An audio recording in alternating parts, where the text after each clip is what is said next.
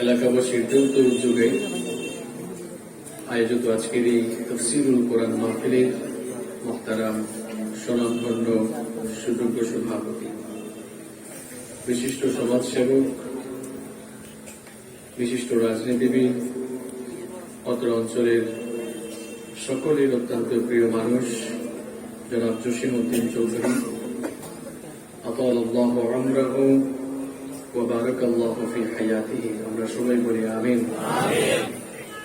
মাহফিলের প্রধান মেহমান হিসেবে উপস্থিত ছিলেন বিশিষ্ট আলেমে দ্বীন হযরত মাওলানা সৈয়দ মোহাম্মদ মাহবুবুদ্দিন তাহের জাবেরি আল মাদানী হাফিজাহুল্লাহ ওয়া রাআহ।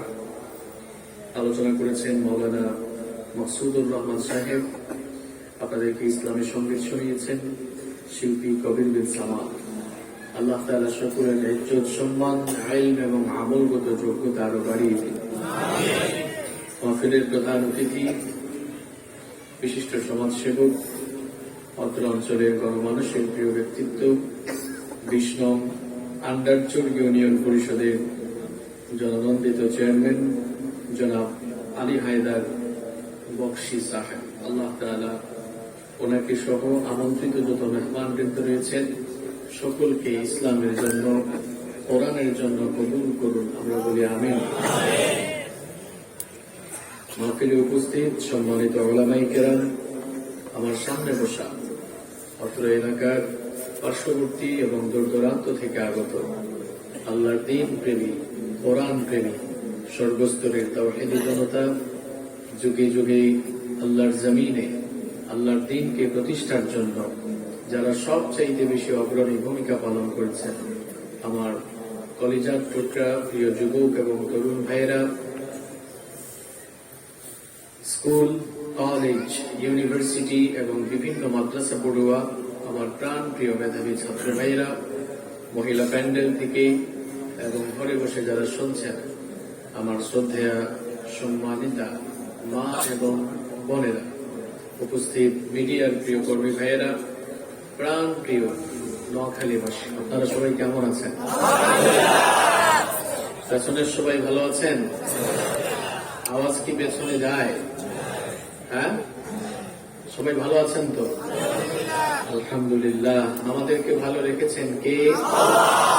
আমাদেরকে সুস্থ রেখেছেন কে?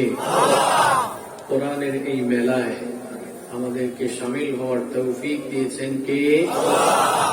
সেই আল্লাহর জন্য শুকরগুজার হয়ে সকলেই করছি আলহামদুলিল্লাহ। সম্মানিত ভাইয়েরা, রাত অনেক হয়ে গিয়েছে, সেজন্য অপ্রাসঙ্গিক কথা বলে আমরা সময় নষ্ট করব না। আমরা আল্লাহর কোরআন থেকে কিছু কথা বলবো এবং শুনব ইনশাআল্লাহ। আমার মাইকম্যান ভাই মাইক দুইটা সেট করছে, একটা উত্তর, এটা একটা পূর্ব দিকে আর একটা পশ্চিম দিকে। মাইক তো মানুষ একসাথে সেট করে দেয়, মাইকের সেটিং যদি ভালো না হয় কথা বলবো কেন? হ্যাঁ, এখন আর আশা লাগবে না, এগুলো আগে করতে হবে। সম্মানিত ভাইয়েরা, আজকের এই মাহফিল বাস্তবায়নের জন্য কেরে বাজার এলাকার যুবক এবং তরুণ ভাইয়েরা অক্লান্ত পরিশ্রম করেছে, কষ্ট করেছে। এলাকাবাসী প্রত্যেকেই সাপোর্ট করেছেন, আন্তরিক সহযোগিতা করেছেন বলেই আজকের এই প্রোগ্রাম বাস্তবায়িত হয়েছে। আমরা দোয়া করছি আল্লাহ তাআলা যেন এর জন্য সকলকে উত্তম জাযা দান করেন, আমরা বলি আমিন।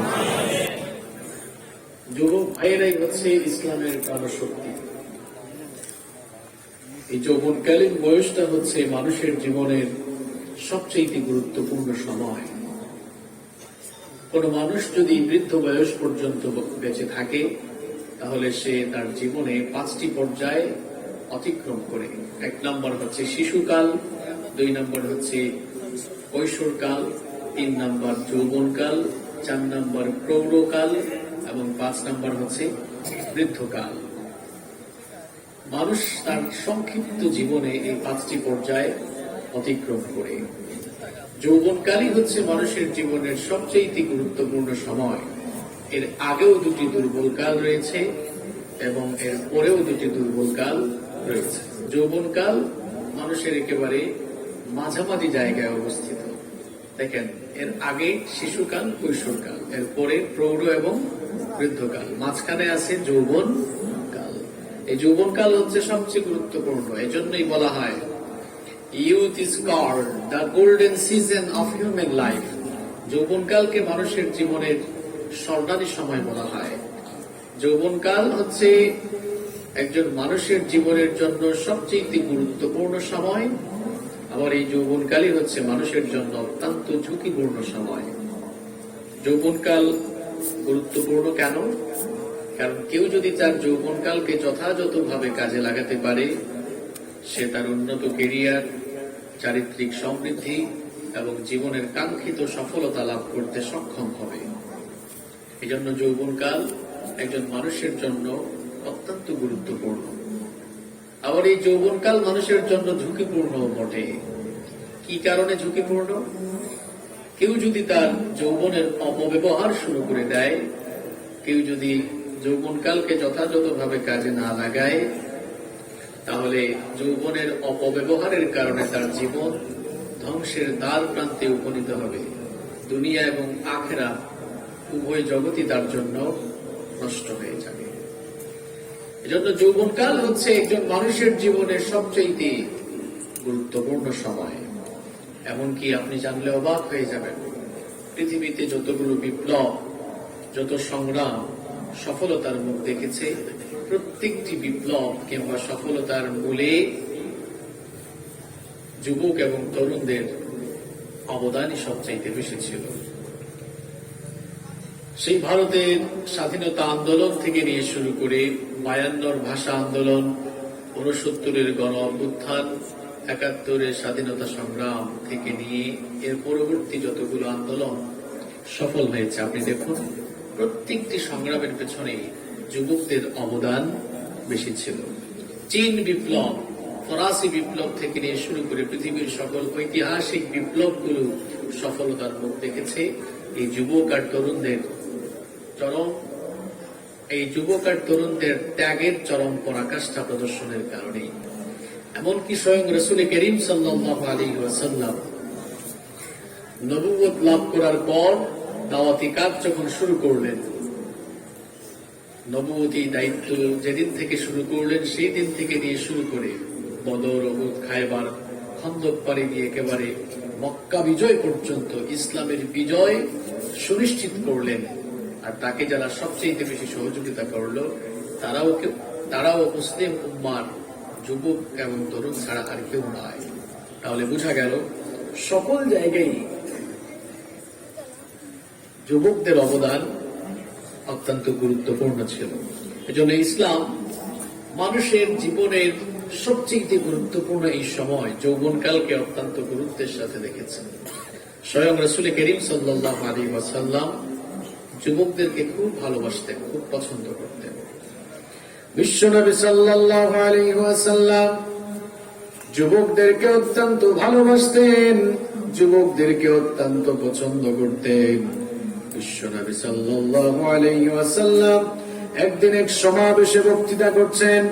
একজন যুবক সাহাবী, তরুণ সাহাবী, তার নাম হলো জারির, সমাবেশ স্থলে জায়গা না পেয়ে পেছনে দাঁড়িয়ে আছেন। আল্লাহর নবী লক্ষ্য করলেন, লক্ষ্য করে সঙ্গে সঙ্গে তিনি জারিরকে লক্ষ্য করে বললেন, ওগো জারির, সমাবেশ স্থলে বসার জন্য জায়গা পাও নাই তো কি হয়েছে? আমি নবী আমার চাদর মুবারক খুলে তোমার দিকে ছুড়ে দিলাম, আমার চাদরটা বিছিয়ে তুমি বসে যাও। বিশ্বনবী সাল্লাল্লাহু আলাইহি ওয়াসাল্লাম যখন তার গায়ের চাদর মুবারক খুলে জারিরের দিকে নিক্ষেপ করলেন, জারির তখন সেই চাদরখানাকে তার বুকের সঙ্গে জড়িয়ে ধরলেন। চক্ষু থেকে পানি বের হয়ে গেল। কেঁদে কেঁদে তিনি বলতে লাগলেন, ওগো আল্লাহর নবী, কি করে আপনার চাদরের উপরে আমি বসতে পারি? আপনি হচ্ছেন আল্লাহর নবী, নবীদের নবী, আপনার মর্যাদা আল্লাহর পরে, আপনার চাদরের উপরে আমার মতো ক্ষুদ্র মানুষ কি করে বসতে পারে? দুনিয়ার কোন মানুষ আপনার চাদরের উপরে বসার যোগ্যতা রাখে না। ওগো আল্লাহর নবী, আকরামাকাল্লাহ কামা আকরামতানি ইয়া রাসূলুল্লাহ, বলেন সাল্লাল্লাহু। ওগো আল্লাহর রাসূল, আজ এই ভরা মজলিসে এতগুলো মানুষের সামনে আপনি আমাকে যেভাবে সম্মানিত করলেন, আমিও দোয়া করি আল্লাহ যেন আপনার সম্মান আর মর্যাদা আরো বেশি বাড়িয়ে দেন। এভাবে যুবকদেরকে পছন্দ করতেন মুহাম্মদ সাল্লাল্লাহু আলাইহি ওয়াসাল্লাম।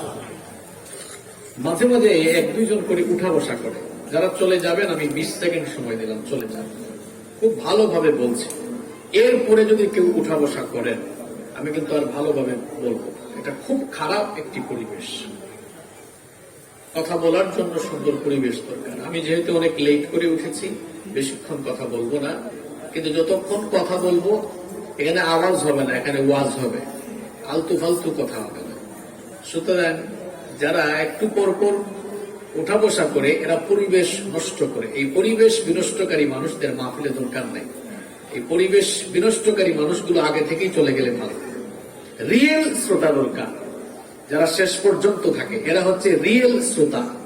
আর মাঝে মাঝে যারা উঠা বসা করে এরা রিয়েল শ্রোতা না, এরা গন্ডগোলকারী মানুষ, এরা ঝামেলা সৃষ্টিকারী, বিশৃঙ্খলা সৃষ্টিকারী মানুষ। এই ফাসাদ সৃষ্টিকারী মানুষদেরকে কোরআনের মতো পবিত্র মাহফিলে এদের দরকার নাই, এরা যেন আগে থেকেই চলে যায়। আমি বলছিলাম এই যুবকদেরকে স্বয়ং রাসূল করিম সাল্লাল্লাহু আলাইহি ওয়াসাল্লাম খুব পছন্দ করতেন, খুবই ভালোবাসতেন। যৌবনকাল মানুষের জীবনের সবচাইতে গুরুত্বপূর্ণ সময়। এই জন্য কিয়ামতের কঠিন দিনে আল্লাহর সামনে যখন আমরা দাঁড়াবো, এই যৌবনকালের হিসাব আলাদা করে আল্লাহর কাছে দেয়া লাগবে। কিয়ামতের দিন আল্লাহর সামনে আমরা সবাই দাঁড়াবো। এ ব্যাপারে কি কোনো সন্দেহ আছে নাকি? কোনো সন্দেহ নাই। কিয়ামতের কঠিন দিনে আমরা যখন আল্লাহর সামনে দাঁড়াবো, 5টি প্রশ্নের জবাব না দিয়ে আল্লাহর কোন বান্দা সেদিন এক কদম নড়ার সুযোগ পাবে না। এই 5টি প্রশ্নের জবাব দেওয়ার পর বান্দা নড়াচড়ার সুযোগ পাবে। 5টি প্রশ্নের জবাব দেওয়ার আগ পর্যন্ত আল্লাহর কোন বান্দা সেদিন এক কদম নড়াতে পারবে না। তিরমিজি শরীফের হাদিস, عن عبد الله بن مسعود رضي الله عنه قال قال النبي صلى الله عليه وسلم। আব্দুল্লাহ ইবনে মাসউদ রাদিয়াল্লাহু আনহু হাদিসটি বর্ণনা করেছেন। বিশ্বনবী সাল্লাল্লাহু আলাইহি ওয়াসাল্লাম বলেছেন, লা তাজুলু কদমা ইবনে আদম মিন ইনদি রাব্বিহি হাত্তা ইউসআলা আন 50। আল্লাহর নবী বলেছেন, কিয়ামতের দিন 5টি প্রশ্নের জবাব দেওয়ার আগ পর্যন্ত আল্লাহর কোন বান্দা এক কদম নড়ার সুযোগ পাবে না। 1 নাম্বার প্রশ্ন করা হবে আন উমরিহি ফিমা আফনাহু। আল্লাহ তাআলা প্রশ্ন করবেন, বান্দারে তোমাকে যে লম্বা হায়াত দিয়েছিলাম, তোমার সেই হায়াত তুমি কিভাবে কাটিয়েছো? গোটা জীবনের হিসাব দেওয়া লাগবে কার কাছে? 2 নম্বর প্রশ্ন করা হবে ওয়ান শাবাবিহি ফিমা আবলাহু। ও আল্লাহর বান্দা, তোমাকে যে যৌবন নামক নিয়ামত দেওয়া হয়েছিল, এই যৌবন নামক নিয়ামত তুমি কোথায় কিভাবে কাটিয়েছ? যৌবনের প্রত্যেকটি মুহূর্তের হিসাব দেওয়া লাগবে কার কাছে? 3 নম্বর প্রশ্ন করা হবে ওয়ামালুহু মিন আইনা কাসাবাহু। এত ধন সম্পদ তোমার ছিল, এই ধন সম্পদ কোথা থেকে কিভাবে উপার্জন করেছো? সেই হিসাব দেওয়া লাগবে কিয়ামতে কার কাছে? 4 নম্বর প্রশ্ন করা হবে ওয়াফিমা আনফাকাহু। ধন সম্পদ কোথায় ব্যয় করেছো? 5 নম্বর প্রশ্ন করা হবে ওয়ামাযা আমিলা ফিমা আলিমা। যতটুকু জেনেছো ততটুকু তুমি আমল করেছো কিনা? এই 5টি প্রশ্নের জবাব না দিয়ে আল্লাহর কোন বান্দা এক কদম নড়ার সুযোগ পাবে না। তার মধ্যে গুরুত্বপূর্ণ প্রশ্ন থাকবে আন শাবাবিহি ফিমা আবলাহু।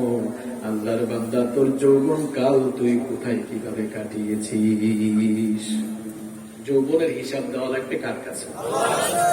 আমার যুবক ভাইয়েরা, আমার তরুণ ভাইয়েরা, এই যৌবন বয়সে শক্তি সামর্থ্য আছে বলে যৌবনের উন্মাদনায় যা মন চায় তাই করছো, কিন্তু তোমার এই যৌবনের প্রত্যেকটি মুহূর্তের হিসাব আলাদা করে দেওয়া লাগবে কার কাছে?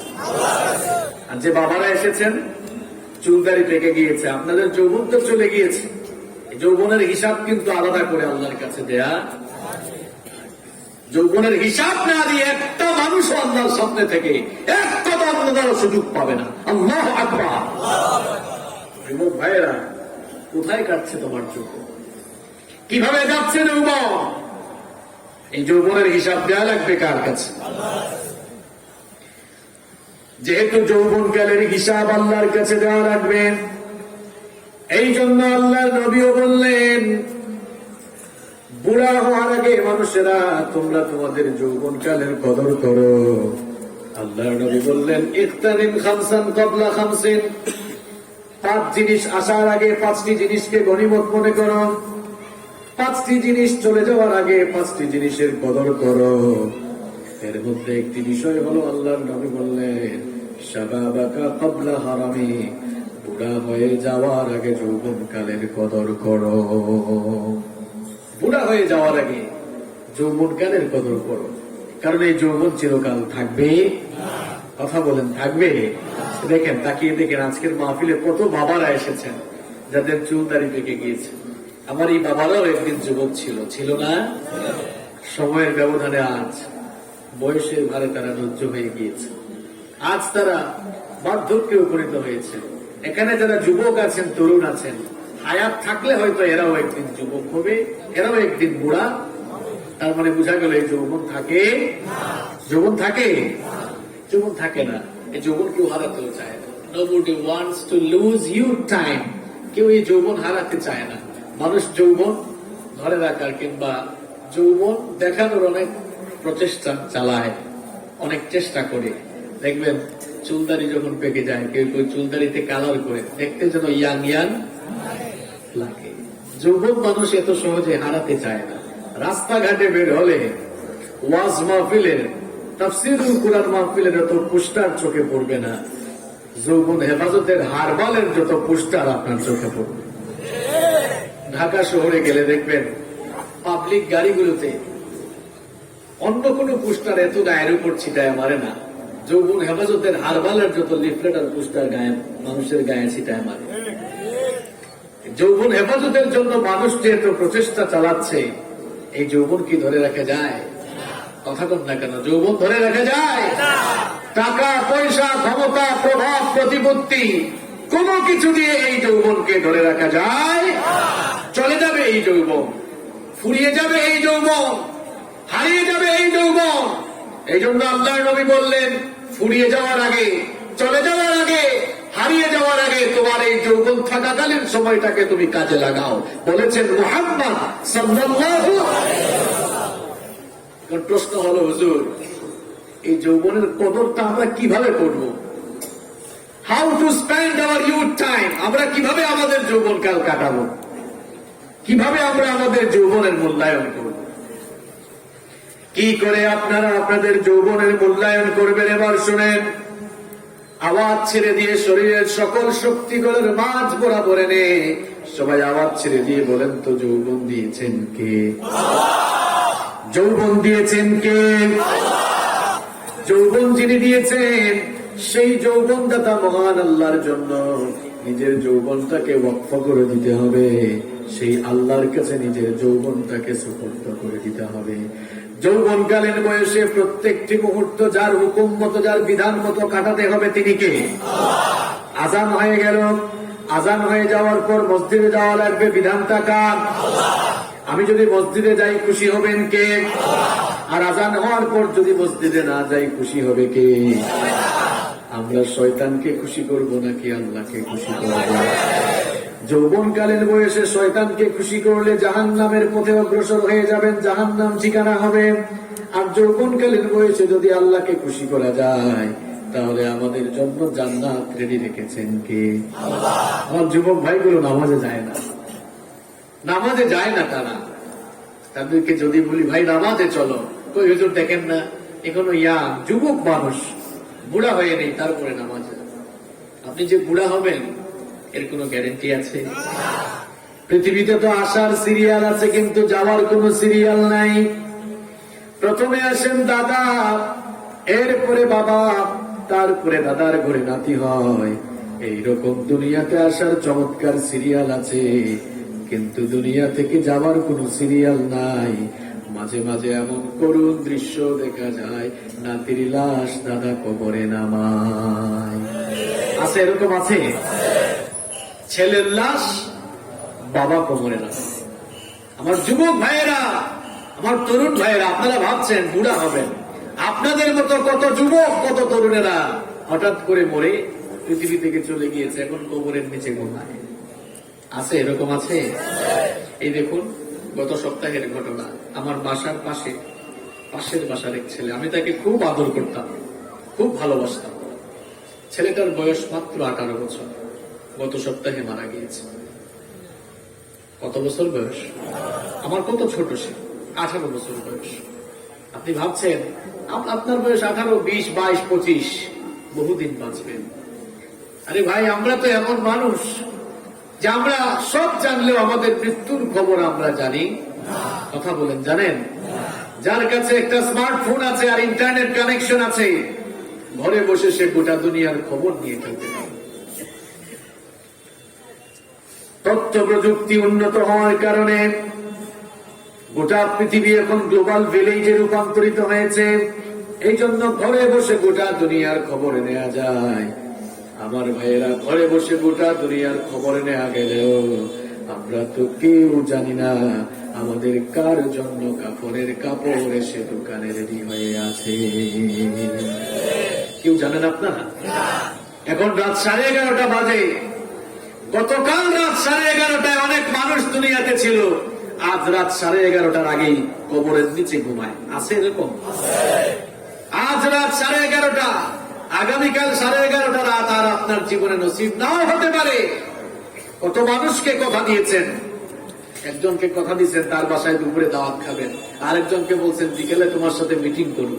এই খাওয়া দাওয়া আর মিটিং নসিব নাও হতে অসম্ভব কিছু।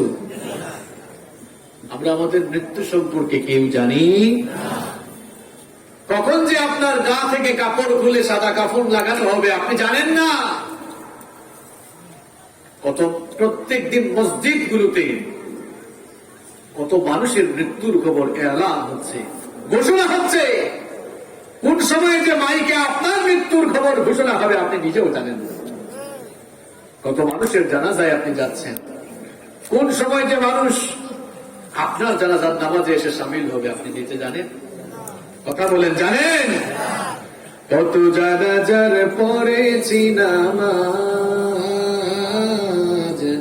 দিয়েছি কত দাফন। কত জানাজার পড়েছি নামাজ, দিয়েছি কত দাফন। কোথায় যেন আছে আমার তৈরি সাদা কাফন, জানাজার পড়েছি নামাজ, দিয়েছি কত দাফন। কত জানাজার পড়েছি নামাজ, দিয়েছি কত দাফন। আমার তরি বাধায় আছে কোন শিখে আঘাতে, কোন মসজিদে এলান হবে শোয়া বিশেষ ঘাটে। কখন কোথায় করবে দাফন আমাকে সজন, জানাজার পড়েছি নামাজ, দিয়েছি কত দাফন। কত জানাজার পড়েছি নামাজ, দিয়েছি কত দাফন। বাঁশঝাড় আপনাদের এলাকায় আছে? আছে। রাস্তার পাশে কত বাঁশের ঝাড় থাকে, এই বাঁশের ঝাড়ের নিচ দিয়ে হেঁটে যান। কখনো কি এই অনুভূতি হৃদয়ে জাগ্রত হয়েছে যে কোন বাঁশ ঝাড়ের বাঁশ কেটে কবরের উপরে যা আপনার ছাউনি দেখা হবে? এই ফিলিংস কি কখনো অন্তরে জাগ্রত হয় না? কোন বাতাসে কোথায় যেন দুলছে বাঁশের ঝাড়, কোন সে মাটি কোনখানে ডাকের বারবার।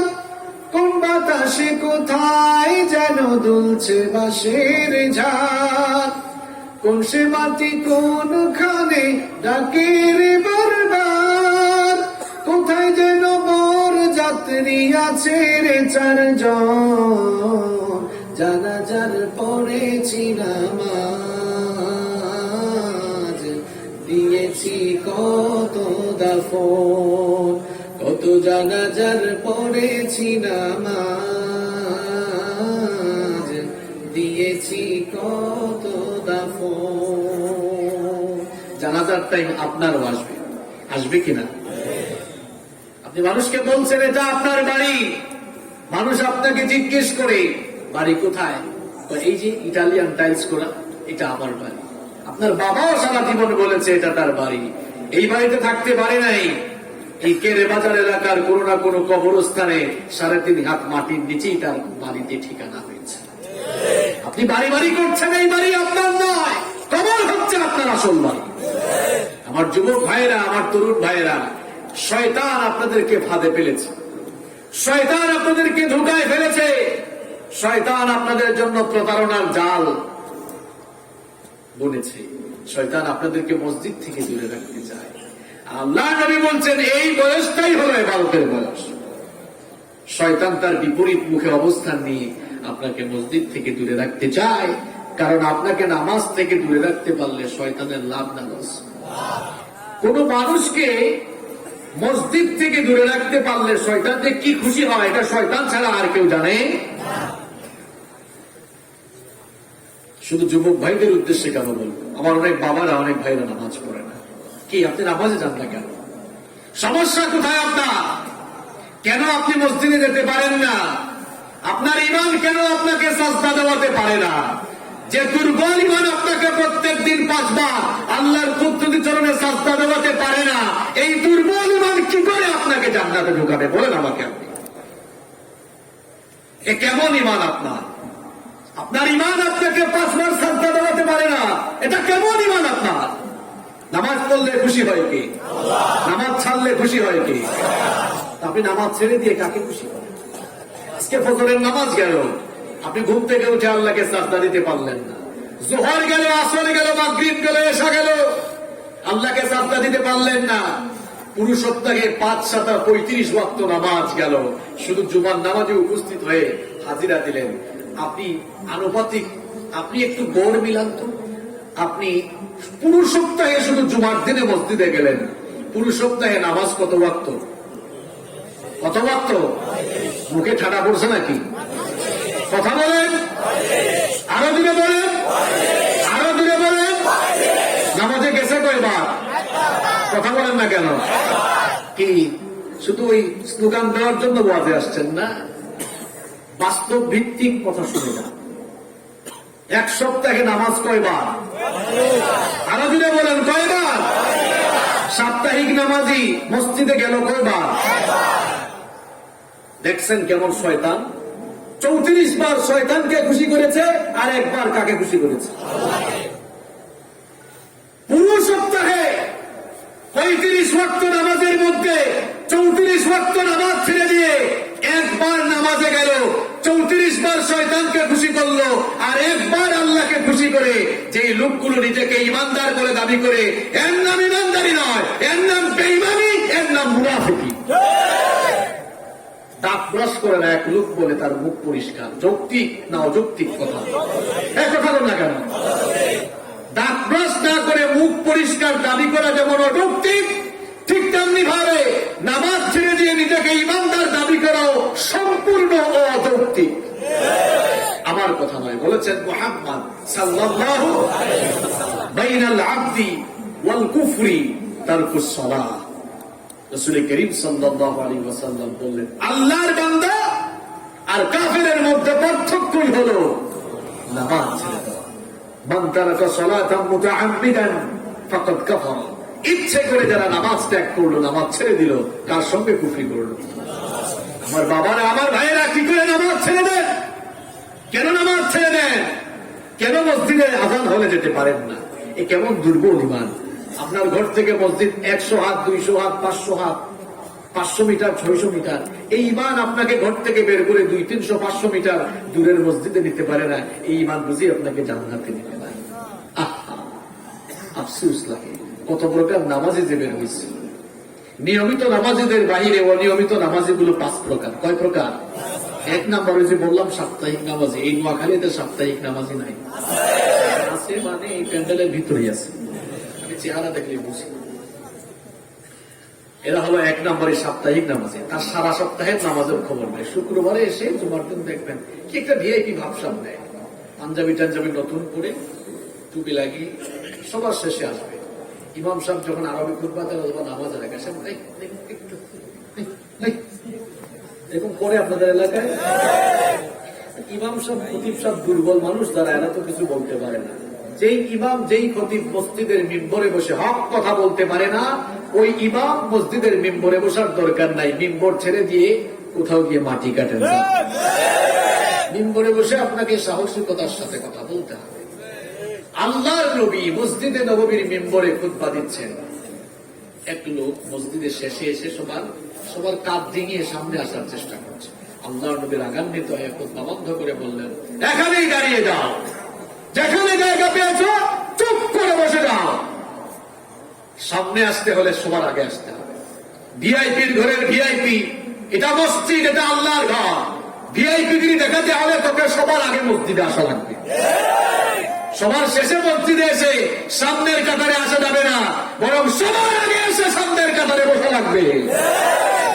এটাই কথা বলেছেন মুহাম্মদ সাল্লাল্লাহু। এই হলো সাপ্তাহিক নামাজ। 2 নম্বর মাসিক নামাজ। এই যে সামনে রমজান মাস আসতেছে, সারা বছর খবর নাই, রমজান মাস পাক্কা মুসলমান। এটা খারাপ না, একদিকে ভালো। কিন্তু আমার ওই ভাইদেরকে বলবো, শুধু কি 1 মাসের জন্য নামাজ, না সারা জীবনের জন্য নামাজ? সারা বছর নামাজ ছাড়লে তো হবে না। 3 নম্বর হলো ভিআইপি নামাজ। এরা সিজনে সিজনে আসে। এই যে শবে বরাত সামনে আসতেছে, নতুন পাঞ্জাবি গায়ে দিয়ে, আতর সেন্ট গায়ে দিয়ে আসবে, খুব নফল নামাজ পড়বে, তাবারুক সিন্নি খাবে, কিন্তু ফজরের নামাজ না পড়ে ঘুমাই যাবে। এরকম আছে, চিটাগাঙ্গে এগুলো আছে। আপনাদের এলাকায় নাও থাকতে আছে নাকি এখানে? 4 নম্বর হলো সিআইপি। এরা ভিআইপি না, সিআইপি। এরা বার্ষিক নামাজি, বছরে 2 বারই আসে, 2 ঈদে, এর বাইরে নামাজে আসে না।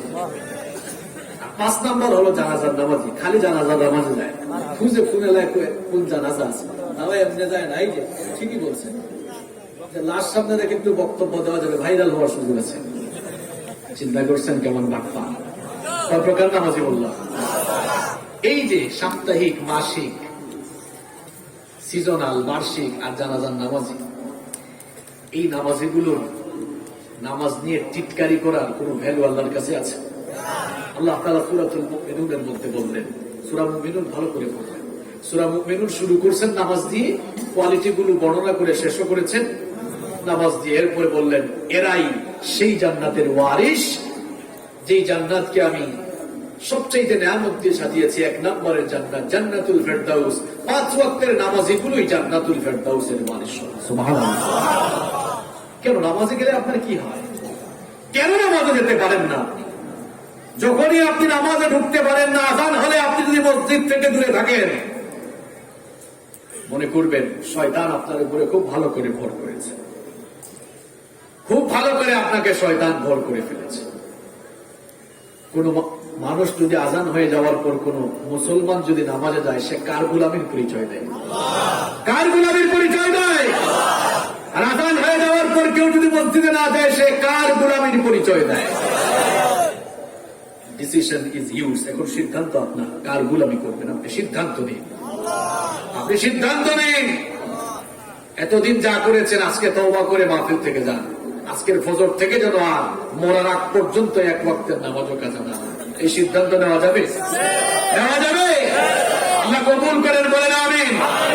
আমার যুবক ভাইদের উদ্দেশ্যে কথা বলছিলাম, লাইন হারায় ফেললে হবে না। কোন জায়গায় ছিলাম মনে আছে? আল্লাহ নবী বলছেন, যৌবন চলে যাওয়ার আগে কদর করো। কদর করবেন কেমনে? কাজে লাগাবেন কেমনে? যৌবন দিয়েছেন কে? আরো আসতে বলেন, যৌবন দিয়েছেন কে? ওই আল্লাহর কাছে যৌবন সুপর্দ করে দিতে হবে, তার কাছে যৌবনটাকে ওয়াকফ করে দিতে হবে। যৌবনকালের প্রত্যেকটি মুহূর্ত যার বিধান মতো চলতে হবে, তিনি কি?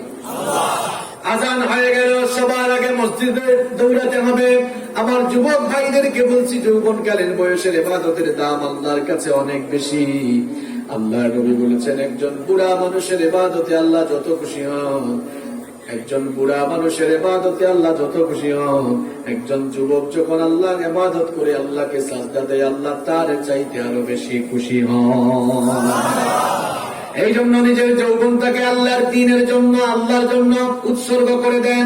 আজান হয়ে গেলে মসজিদে দৌড়ান, মসজিদের সামনের কাতারগুলো আপনারা ফিল আপ করেন। আমার যুবক ভাইরা, তরুণ ভাইরা, ছাত্র ভাইরা, সবাইকে বলছে সামনের কাতারগুলো আপনাদের পূরণ করা লাগবে। আমার বাবারা রাগ করেন না যে হুজুর আমাদেরকে ঠেলায় আর সামনের কাতার থেকে পেছনে ফেলে দিয়ে যাচ্ছে। আমার বাবারা বলেন তো, আপনাদের জীবদ্দশায় যদি আপনারা দেখে যেতে পারেন যে আপনাদের ছেলেগুলো আপনাদের সামনের কাতারে দাঁড়িয়ে নামাজ পড়ছে, এটা আপনাদের জন্য সুখের বিষয় না দুঃখের বিষয়? এর চেয়ে সুখের বিষয় আর কোনো কিছু হতে পারে? আমার যুবক ভাইরা, মসজিদের সামনের কাতারগুলোতে থাকতে হবে। পারা যাবে তো ইনশাআল্লাহ?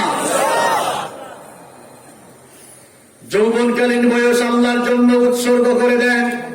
শুধু নামাজি হলেই চলবে না, রাসূলের সুন্নাহ মোতাবেক চলার চেষ্টা করতে হবে। আমার অনেক যুবক ভাইরা দাঁড়িয়ে রাখতে পারে না, রাসূলের সুন্নাহর প্রতি মহব্বত রেখে রাসূলকে ভালোবেসে মুখের মধ্যে দাড়িটাও রাখার দরকার আছে না নাই? যে যাই বলুন, দাড়ি রাখতেই হবে, কারণ পৃথিবীর সমস্ত নবীরা দাড়ি রেখেছেন। সুবহানাল্লাহ। এমন একজন নবীও নাই যারা দাড়ি রাখেন নাই। এজন্য দাড়ি হচ্ছে সকল নবীদের সুন্নাহ। সুবহানাল্লাহ। একদিকে সুন্নাহ, অপরদিকে দাড়ি হচ্ছে পুরুষত্বের প্রতীক। আপনি যে পুরুষ মানুষ, এই পরিচয় বহন করে দাড়ি। কারণ নারীদের দাড়ি নাই, পুরুষের দাড়ি থাকে। এজন্য দাড়ি রাখা মানেই হচ্ছে নিজেকে পুরুষ প্রমাণ করা। কথা ঠিক না বেঠিক? আমরা অনেকে শয়তানের ধোঁকায় দাড়ি রাখতে পারি না, কিন্তু আমরা ইসলামকে ভালোবাসি কম না বেশি? নবীকে ভালোবাসি কম না বেশি? তো নবীজির প্রতি ভালোবাসার বহিঃপ্রকাশ ঘটিয়ে আমাদেরও দাড়ি রাখার দরকার আছে না নাই? আমরা সিদ্ধান্ত নিলে পারবো না ইনশাআল্লাহ? পারবো কিনা? দেখেন, শত শত ভাইদের মুখে দাঁড়িয়ে নাই, কিন্তু আমি বিশ্বাস করি যদি এরা একবার রাসূল প্রেম করে যার ভেতরে ঢোকাতে পারে, আমার বিশ্বাস তারা দাঁড়িয়ে রাখতে পারবে ইনশাআল্লাহ। আরাম হারাম যাই বলো, এগুলা শোনার আমাদের দরকার নাই। ফেসবুকে বয়কট ঘোষণা করেও লাভ নাই। যদি আপনি সত্যিকারের প্রতিবাদ জানাতে চান, তাহলে প্রতিবাদী মানুষ হয়ে দাঁড়িয়ে রাখা শুরু করে দেন। এটাই প্রতিবাদ। এটাই কি দাঁড়িয়ে রাখলে কি মানুষকে আনস্মার্ট লাগে? আমাকে আজ পর্যন্ত কোনো মানুষ আনস্মার্ট বলে নাই। এখন দেখবেন দাড়িওয়ালাদের কাছে গিয়ে মানুষ ছবি তোলার জন্য পাগল হয়ে যায়। শপিং করতে পারি না, ঘর থেকে বের হতে পারি না, কোথাও যেতে পারি না, আমাদের সাথে মানুষ ছবি তোলার জন্য পাগল। দাঁড়িয়ে আছে না নাই? কোনজন থেকে বলে নাই যে হুজুর দাঁড়িয়ে আছে আপনার, ইস আপনার সাথে ছবি তুলবো না, বলছে? প্রত্যেকদিন হাজার হাজার মানুষকে ছবি দেওয়া লাগে। আমার তো মনে হয়, এটা মনে হয় আল্লাহর নবীর এই দাড়ি রাখার যে সুন্নাত আছে, এর কারণেই মনে আল্লাহ দাম বাড়িয়েছে। সুবহানাল্লাহ। আপনি দাড়ি রাখেন, আপনার ইজ্জত বাড়বে, আপনার চেহারার উজ্জ্বলতা বাড়বে, স্মার্টনেস বাড়বে। আপনি সায়েন্স নিয়ে আপনি সায়েন্স দেখুন, বিজ্ঞান কি বলছে দেখুন। পৃথিবী সমস্ত বিজ্ঞান বা চিকিৎসা বিজ্ঞানও আজকে দাড়ি রাখার পক্ষে। দাড়ি রাখবেন, স্কিনের বিভিন্ন রোগ থেকে বেঁচে যাবেন, আপনার ত্বক, আপনার চামড়াগুলো ভালো থাকবে, লাবণ্য, স্মার্টনেস আরো বাড়বে। দাড়ি পুরুষের স্মার্টনেস বাড়িয়ে দেয়, দাড়ি পুরুষের সৌন্দর্যকে অনেক গুণ বৃদ্ধি করে দেয়। দেখেন, এখানে অনেকের দাড়ি আছে, যাদের মুখে দাঁড়িয়ে আছে এদেরকে দেখতে অনেক সুন্দর লাগছে, জানি না আপনাদের কাছে কেমন লাগছে। কিন্তু আমার যে ভাইদের মুখে নাই, তাদেরকে কি আমরা অপমান করতে পারবো? তাদেরকে আমরা দরদ ভরা ভাষায় অনুরোধ করতে পারবো যে আপনারা দাড়ি রাখেন। দাড়ি রাখলে আপনার প্রতি খুশি হবেন কি? এটা নবীর সুন্নাহ। আল্লাহ নবী কি বলছেন দেখেন, মান আহাব্বা সুন্নতি, এটা আমার কথা, মান আহাব্বা সুন্নতি ফাকাদ আহাব্বানি। আল্লাহ নবী বলছেন যে আমার সুন্নতকে ভালোবাসে, সেজন্য আমি নবীকে ভালোবাসি। আল্লাহু আকবার। কথাটা বুঝে নাকি?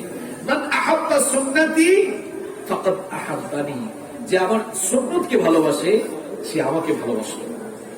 ওমান আহাব্বানি কানা মাই ফিল জান্নাহ, আর যে আমাকে ভালোবাসলো সে আমার সাথে একসাথে জান্নাতে থাকবে। নবীর একটা সুন্নতকে ভালোবাসে, হতে পারে এই একটা সুন্নতই নবীর সাথে জান্নাতে থাকার কারণ হয়ে যেতে পারে, ঠিক কি না?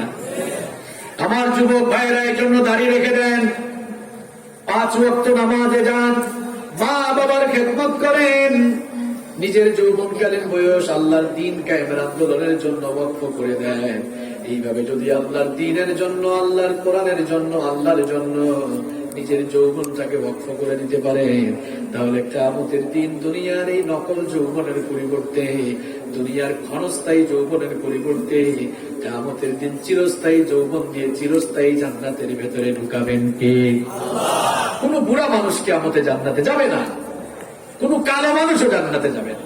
বলেছেন মুহাম্মদ সাল্লাল্লাহু, কোন বুড়া মানুষ জান্নাতে যাবে না। দেখেন এখানে কয়েকজন বুড়া মানুষ আমার দিকে এমনি তাকাইছে, হুজুর এগুলা কি কয়? এতক্ষণ তো লাইনে ছিল, হঠাৎ করে বেলাইনে চলে গেছে। কোন বুড়া মানুষ জান্নাতে যাবে না। আল্লাহ নবী যখন এই কথা বললেন, একজন বুড়ি মহিলা কান্নাকাটি শুরু করে দিল। আল্লাহ নবী বললেন, কি গো বুড়িমা, তুমি কাঁদো কেন? বুড়ি মহিলা বলল, ও গো আল্লাহর নবী, আপনি তো বলেছেন কোন বুড়া মানুষ জান্নাতে যাবে না। আমি তো বুড়ি মানুষ, চিন্তা করলাম তাহলে আমার কপালে মনে হয় আর জান্নাত নাই, এই জন্য মনে কষ্ট পেয়েছি, সেই জন্য চোখে পানি এসেছে। আল্লাহর নবী বললেন, মা গো তুমি কেঁদো না, মনে কষ্ট পেও না।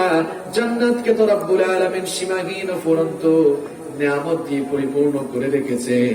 এই জান্নাতটাকে উপভোগ করার জন্য শরীরে যৌবন নামক নিয়ামত থাকার দরকার আছে না নাই?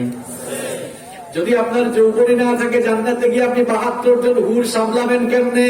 এই জন্য যৌবন থাকার দরকার আছে না নাই?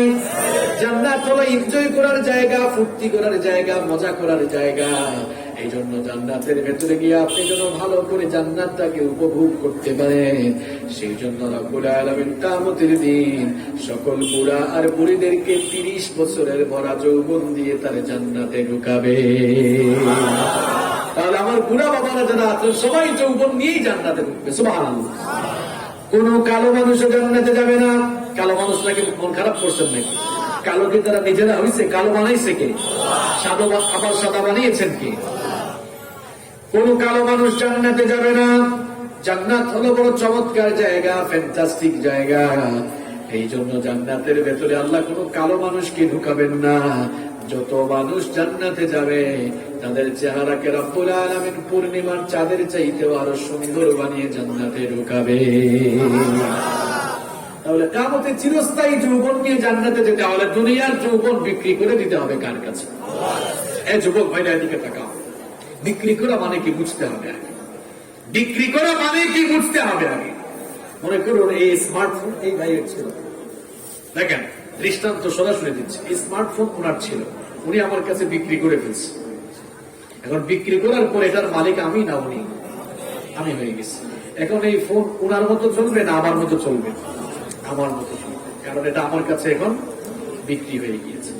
যৌবন যদি আল্লাহর কাছে আপনি সত্যিকার অর্থেই বিক্রি করে দেন, নিজের মতো চলবেন নাকি আল্লাহর মতো চলতে হবে? বিক্রি করার অর্থ আপনাকে বুঝা লাগবে।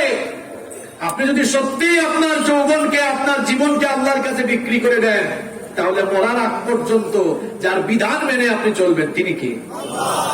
আজান হয়ে গেলে মসজিদে যাওয়া লাগবে, বিধান কার? মা বাপের খেদমত করতে হবে, বিধানটা কার? কোরআনের জন্য নিবেদিত হয়ে যেতে হবে, আইনটা কার? আপনি যদি এগুলো না করেন, বুঝা যাবে নিজেকে আল্লাহর কাছে বিক্রি করতে পারেন। নিজেকে আল্লাহর কাছে বিক্রি করে দিলে লাভ আছে না নাই? লাভটা কি? আল্লাহ বিনিময়ে কি দিবেন? টাকা পয়সা দিবেন? ঘর বাড়ি দিবেন? ক্ষমতা দিবেন? বিনিময়ে কি দিবেন? রব্বুল আলামিন সূরাতুত তাওবার 111 নম্বর আয়াতে বললেন, ইন্নাল্লাহা আশতারা মিনাল মুমিনিনা আনফুসাহুম ওয়া আমওয়ালাহুম বিআন্না লাহুমুল জান্নাহ। আল্লাহ তাআলা বলছেন, নিশ্চয়ই আমি মুমিনদের জান এবং মাল খরিদ করতে চাই, কিনে ফেলতে চাই, আর বিনিময়ে তাদেরকে আমি জান্নাত দিতে চাই। সুবহানাল্লাহ। খুব বুঝে শুনে বুদ্ধিমানের মতো জবাব দেন। নগদ টাকা দিয়ে পচা মাছ, পচা তরকারি কে কে কিনবেন? হাত তুলে তো। হ্যাঁ, নগদ টাকা দিয়ে পচা মাছ কেউ কিনবে? জবাব দেন, কিনবে? নগদ টাকা দিয়ে পচা তরকারি কেউ কিনবে? নগদ টাকা দিয়ে কেউ পচা মাছ, পচা তরকারি কিনতে রাজি না। তাহলে আল্লাহ তাআলা তার বানানো জান্নাত দিয়ে আপনার পচা জীবন আর পচা যৌবন কিনবে? আল্লাহর কি ঠেকা পড়ছে নাকি? পচা জীবন আর পচা যৌবন কোনটা? যে জীবন আর যৌবন আল্লাহ আর রাসূলের কোনো কাজে লাগে না, সেই যৌবন হলো পচা যৌবন, সেই জীবন হলো পচা জীবন। যে জীবন যে যৌবন আল্লাহ এবং রাসূলের কাজে লাগে না, সেই জীবন যৌবন আল্লাহ তার জান্নাত দিয়ে কিনবেন না। এই জন্য নিজেকে আল্লাহর কাছে বিক্রি করে দিয়ে আল্লাহর বিধান মোতাবেক জীবন পরিচালনা করতে হবে। আমার যুবক ভাইরা যদি নিজেদের যৌবনটাকে আল্লাহর কাছে বিক্রি করে দিতে পারে, বুখারীর বর্ণনা, মুসলিমের বর্ণনা, আমার এই হাদিসটি তিরমিজি শরীফে এসেছে। বিখ্যাত হাদিসের 3টি গ্রন্থে এই হাদিসটি বর্ণিত হয়েছে। বিশ্বনবী সাল্লাল্লাহু আলাইহি ওয়াসাল্লাম বলেছেন, সাবআতু ইউযিল্লুহুমুল্লাহু ফি যিল্লিহি ইয়াওমা লা যিল্লা ইল্লা যিল্লুহু। 7 শ্রেণীর মানুষকে কিয়ামতের দিন রব্বুল আলামিন তার আরশের ছায়ার নিচে জায়গা দিবেন, যেদিন আল্লাহর আরশের ছায়া ছাড়া আর কোনো ছায়া থাকবে না। সেই 7 শ্রেণীর মানুষদের মধ্যে 1 শ্রেণীর মানুষ হলো তারা, আল্লাহ নবী বলেছেন, ওয়াশাবুন নাশা ফি ইবাদাতিল্লাহ, যে যুবক আর তরুণরা তাদের যৌবনকাল আল্লাহর দ্বীনের পথে উৎসর্গ করে দিয়েছে, এদেরকে কিয়ামতে আরশের ছায়ায় জায়গা দিবেন কে? যত আমার যুবক ভাইদেরকে বলতে চাই, যৌবনকাল আল্লাহর কাছে বিক্রি করে দেয়, নিজের যৌবনকাল আল্লাহর দ্বীনের পথে উৎসর্গ করে দেন, জান্নাত দিবেন কি? এই যুবকগুলো ইসলামের জন্য সবচেয়ে বেশি অবদান রেখেছে। এই যুবকরা ইসলামের জন্য সবচাইতে বেশি ত্যাগ আর কুরবানির নজরানা পেশ করেছে। আমি সর্বশেষ একটি পয়েন্ট বলছি, খুব মন দিয়ে শুনেন। এই যুবকগুলো ইসলামের জন্য সবচাইতে বেশি অবদান রেখেছে। রাসূল করিম সাল্লাল্লাহু আলাইহি ওয়াসাল্লাম আল্লাহর দ্বীনের দাওয়াত যখন শুরু করেছেন, সর্বপ্রথম যারা ইসলাম কবুল করেছিলেন তাদের মধ্যে যুবকদের সংখ্যা বেশি ছিল নাকি কম ছিল? আমার ইসলামের জন্য যখন মার খাওয়া দরকার হয়েছে, তখন যুবক আর তরুণরাই আল্লাহর দ্বীনের জন্য অত্যাচার, নির্যাতনের স্ট্রিপ রোলার তারা সহ্য করেছে, ঠিক না? আমার এই যুবকদের সাহসী ভূমিকার কারণেই দুর্বল ইসলাম শক্তিশালী হয়েছে। আমার যুবক ভাইরা, শেষ কথাটি মন দিয়ে শুনুন। এই যুবকরা দুর্বল ইসলামকে কিভাবে সবল করে তুলেছে। ওমর ইবনুল খাত্তাব রাদিয়াল্লাহু আনহু, নাম শুনছেন আপনারা? নরম না গরম? কথা বল না কেন? নরম না গরম? তিনি যখন ইসলাম কবুল করলেন তার বয়স ছিল মাত্র 26 বছর। কত বছর? 26 বছর। ইসলাম কবুল করার পর রাসূল করিম সাল্লাল্লাহু আলাইহি ওয়াসাল্লামের কাছে এসে বললেন, ইয়া রাসূলুল্লাহ, বলেন সাল্লাল্লাহু আলাসনা আলাল হক, আমরা কি হকের উপরে প্রতিষ্ঠিত নই? দেখেন কেমন প্রশ্ন। রাসূল করিম সাল্লাল্লাহু আলাইহি ওয়াসাল্লাম যখন বললেন, বালা, অবশ্যই আমরা হকের উপরে প্রতিষ্ঠিত আছি। ওমর রাদিয়াল্লাহু আনহু বললেন, যদি আমরা হকের উপরেই প্রতিষ্ঠিত থাকি, আপনার এই সাহাবীরা গোপনে নামাজ পড়ে কেন? গোপনে গোপনে দ্বীনের কাজ করে কেন? ওমর ইসলাম কবুল করেছে, ওমর এত গোপনে গোপনে করবে না, যা করার সামনাসামনি করবে। সুবহানাল্লাহ। আল্লাহ নবী বললেন, ওমর তুমি কি চাও? ওমর রাদিয়াল্লাহু আনহু বললেন, আমি যে ইসলাম কবুল করেছি এটা সবাই জানুক, আমার জজবাটাও সবাই দেখুক। আপনি পারমিশন দেন, আমি কাবার চত্বরের দিকে আজকে একটি মিছিল বের করতে চাই। আল্লাহু আকবার। কোন সময় মিছিল দিবে? যখন ঈমান আনার ঘোষণা দিলেই কাফেররা কি করে? পিটায়, নির্যাতন চালায়। মিছিল দিতে গেলে মানুষের দরকার আছে না নাই? কথা কম না কেন? তো তিনি যে মিছিল দিবেন, তখন ইসলাম কবুলকারী লোকদের সংখ্যা বেশি ছিল না কম ছিল? শুধু কম না, অত্যন্ত অত্যন্ত কম। রাসূল করিম সাল্লাল্লাহু আলাইহি ওয়াসাল্লাম বলেন, এই কম মানুষ দিয়ে মিছিল দিবা? ওমর রাদিয়াল্লাহু আনহু বললেন, অসুবিধা নাই, ওমর তো আছে। ওমরের প্রতি আল্লাহর নবীর আলাদা আস্থা, বিশ্বাস এবং ভালোবাসা ছিল কি ছিল না? আল্লাহর নবী পারমিশন দিলেন। ওমর রাদিয়াল্লাহু আনহু এবার গুটুকু এক লোক যারা ইসলাম কবুল করেছিল তাদেরকে লাইনে দাঁড় করিয়ে রাসূল করিম সাল্লাল্লাহু আলাইহি ওয়াসাল্লাম কে তিনি মিছিলের মাঝখানে রেখে সামনে দাঁড়িয়ে দুজন নেতৃত্ব দেওয়া শুরু করলেন। ইসলামের বীর দুই সিপাহ সালার, একজন আল্লাহর নবীর আপন চাচা হামজা রাদিয়াল্লাহু, আরেকজন হচ্ছেন ইসলামের বীর সেনানী ওমর ইবনুল খাত্তাব রাদিয়াল্লাহু। মিছিল বের হলো, এবার স্লোগানও উঠে গেল, লিল্লাহি তাকবীর। এই কারণেই তো মুসলমানদের এই অবস্থা। এটা কি ওমরের জাতের স্লোগান হয়েছে? এটা কি ওমরের মতো আওয়াজ হয়েছে? ওমরের মতো আওয়াজ দেন, লিল্লাহি তাকবীর। এখনো হয় নাই, এই জন্য আরো মার খাওয়া লাগবে। লিল্লাহি তাকবীর। আপনাদের এলাকায় নতুন কোন স্লোগান কেউ যদি দেয় মিছিলের মধ্যে, সবাই অবাক হবেন না? মক্কায় এই স্লোগান কেউ কোনোদিন দেয় নাই। আবু জেহেলের কানে গেল, কিরে এই স্লোগান দিয়ে কারা মিছিল বের করছে? বের হয়ে দেখতো। খবর নিয়ে এসে বলে, স্যার ঘটনা ভালো না, ঘটনা খারাপ। আবু জাহেল কয়, কি হয়েছে? আমাগো দলের লোক এখন তাদের দলে যোগ দিচ্ছে। মানে অমর তো এখন তাদের দলে যোগ দিয়ে মিছিলের সামনে দাঁড়িয়েছে। আবু জাহেল বলে, আমার তো বিশ্বাস না, অমরের মতো লোক আমার সাথে মিটিং এ বসে, সে কেমনে ওখানে যাবে? নিজের চোখে দেখতে চায়। বের হয়ে দেখলো, হায় হায়, সত্যি তো অমরকে দেখা যায়। এতদিন যে কাফির মুশরিক গুলো মুসলমান দেখলেই, মুসলমানদের একটা আওয়াজ শুনলে পিটানো, এরা তো মিছিলের আওয়াজ শুনছে, এরাও দলবল সবকিছু নিয়ে বের হয়েছে পিটানোর জন্য। এখনো দেখবেন একটু আল্লাহু আকবারের স্লোগান নিয়ে বের হলে পৃথিবীর বিভিন্ন জায়গায় ওই কাফির মুশরিকদের চরিত্র লালনকারী লোকেরা হায়নার মতো আল্লাহওয়ালা লোকদের উপরে ঝাঁপিয়ে পড়ে। এগুলো মানুষের চরিত্র না, এগুলো আবু জাহেলের চরিত্র। যারা আক্রমণের প্রস্তুতি নিয়েছে, আবু জাহেল বলে, দেখছো কেমন সাহস? এই বেটা, তোরা দেখোস না সামনে কারে দেখা যায়? কথা কর না কেন? এই কথা কর না কেন? আবু জাহেল কয়, তোরা দেখোস না সামনে কে? কে? অমর। কেউ যদি তার নিজের বউকে বিধবা বানানোর খুব খায়েশ জাগে, আর যদি কারো বাচ্চাগুলোকে এতিম করার খায়েশ কারো জাগে, তো যা অমরের সামনে যা। অমর কথা বলবে পরে কুপাবে আগে। আল্লাহু আকবার বলবেন না? আচ্ছা, নেতার অবস্থা যদি এই হয়, কর্মীর অবস্থা ভালো হবে না আরো খারাপ হবে? দেখছো, নেতাই পেশাব করে দিচ্ছে, আপনার সামনে গিয়ে লাভ আছে?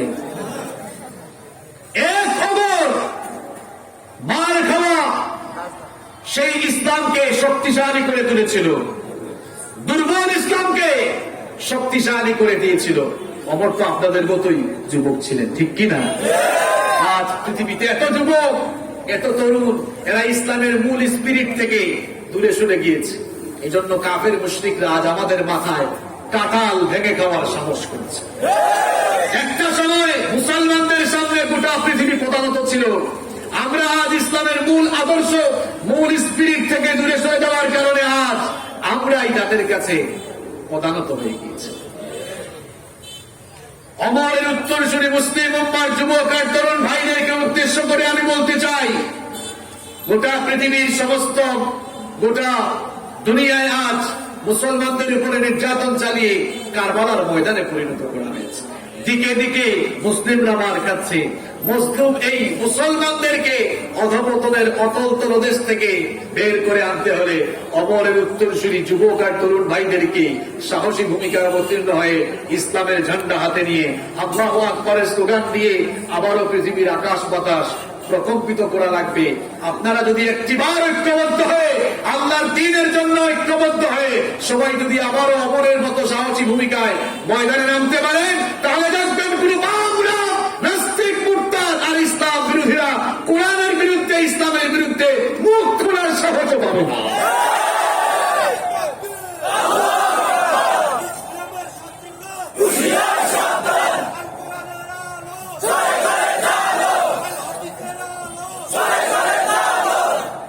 বেশি কথা আর বলার সুযোগ নাই, রাতও অনেক হয়ে গিয়েছে, আপনারা অনেকে টায়ার্ড। এই মেসেজটুকু দিয়ে গেলাম আমার যুবক ভাইদেরকে, কারণ যারা এখানে আছে বেশিরভাগই যুবক দেখা যাচ্ছে। আমার যুবক ভাইয়েরা, আল্লাহর দ্বীনের জন্য নিজেকে তৈরি করে যাবে তো? আমার বাবারা, ভাইয়েরা, সবাইকে শেষ কথা বলতে চাই, দল যার যার, রাজনীতি যার যার, কিন্তু ইসলাম, ইসলাম যার যে দল আছে, রাজনীতি আছে, আপনি সেটা করেন, কিন্তু ইসলামের বেলায় কোনো আপোষ, কোনো আপোষ, কোরআনের বেলায় কোনো আপোষ। যদি আমরা শুধুমাত্র এই একটি জায়গায় ঐক্যবদ্ধ থাকতে পারি যে যে যার দল করুক, যে যার রাজনীতি করুক, কিন্তু ইসলামের বেলায়, কোরআনের বেলায় মৌলিক ভাবে যদি আমরা সবাই ঐক্যবদ্ধ থাকতে পারি, তাহলে দেখবেন বাংলার জমিনে কোনো নাস্তিক, মুরতাদ ইসলামের বিরুদ্ধে কথা বলার সাহসও দেখাতে পারবে না। এটাই যেন আমাদের সবার মূল মন্ত্র হয়, যে আমরা সবাই ইসলামের জন্য এক থাকবো। পারবেন তো ইনশাআল্লাহ? অমর হয়তো আর আসবে না, কিন্তু অমরের মতো যুবক তরুণরা অমরের একটা ভাব দেখাতে পারবে, পারবে কিনা ইনশাআল্লাহ? প্রভু তুমি বলেছ রাসূল দেবে না, বলনি দেবে না, বলনি দেবে না, হামজা তারি খালিদ বিজয় সম। প্রভু তুমি বলেছ রাসূল দেবে না, বলনি দেবে না অমরের যুগ, রাশেদার সেই খিলাফত ফিরিয়ে দেবে না আলোর সমাজ, কেটে কেটে আধারে রাত। পৃথিবীতে প্রভু তুমি আর দেবে না, পৃথিবীতে প্রভু তুমি আর দেবে না, খুলে সোনালি দোর, বলনি দেবে না হামজা তারি খালিদ বিজয় সম। প্রভু তুমি বলেছ রাসূল দেবে না, বলনি দেবে না, বলনি দেবে না হামজা তারি খালিদ বিজয় সম। প্রভু তুমি বলেছ রাসূল দেবে না। পড়েন আল্লাহু আকবার। আমার যুবক ভাইদেরকে বলতে চাই, আমার যুবক ভাইদেরকে বলতে চাই, প্রত্যেককেই অমরের ভূমিকায় অবতীর্ণ হয়ে আল্লাহর জমিনে আল্লাহর দ্বীন কায়েমের জন্য ঐক্যবদ্ধ হওয়া লাগবে। অমর না আসলে কি হবে? অমরের নামে কেউ না আসলে কি হবে? অমরের মতো কেউ না আসলে কি হবে? অমরের ভাব নিয়ে নামতে হবে, পারবেন তো ইনশাআল্লাহ? আসবে আবার অমর তারিখ, আসবে আবার মুসা খালি, আসবে আবার অমর তারিখ, আসবে আবার মুসা খালি। কাটবে শঙ্কর এই কালো রাত, কাটবে শঙ্কর এই কালো রাত, জাগরণে জনতার ভাঙবেই দিন। আসবে আবার অমর তারিখ, আসবে আবার মুসা খালি। পড়েন ইনশাআল্লাহ। আল্লাহ আমার যুবক ভাইগুলোকে, তরুণ ভাইগুলোকে অমরের মতো, অমর ইবনুল খাত্তাবের মতো, শেরে খুদা আলীর মতো, খালেদ সাইফুল্লাহর মতো কবুল করে নেন। সম্মানিত ভাইয়েরা, কেউ উঠাউঠি করবেন না, আমরা কিছুক্ষণের মধ্যেই মুনাজাতে যাবো ইনশাআল্লাহ। আজকের এই মাহফিল আপনাদের এলাকায় যে হলো, আলেম ওলামারা আসলেন, বয়ান করলেন, আলোচনা করলেন, আপনাদের এলাকা আজ মাহফিলের পাশাপাশি একটি মিলন মেলায় পরিণত হয়েছিল। আলহামদুলিল্লাহ। প্রত্যেক বছর এরকম মাহফিল হোক, আপনারা চান তো? চান তো সবাই? যুবক ভাইগুলো অনেক কষ্ট করে মাহফিলের অ্যারেঞ্জ করেছে, তাদের অনেক সমস্যা রয়েছে। ঠিক আছে, আজকে যে ভাইগুলো এত কষ্ট করে মাহফিলের অ্যারেঞ্জ করেছে, আমরা দোয়া করছি আল্লাহ তাআলা আমার এই ভাইদের কষ্ট শ্রমগুলোকে কবুল করে নেন। আমরা যারা মাহফিলে এসেছি, আল্লাহ আমাদেরকে মাফ করে দিন। আর কোনো বক্তব্য না থাকলে আপনার সাথে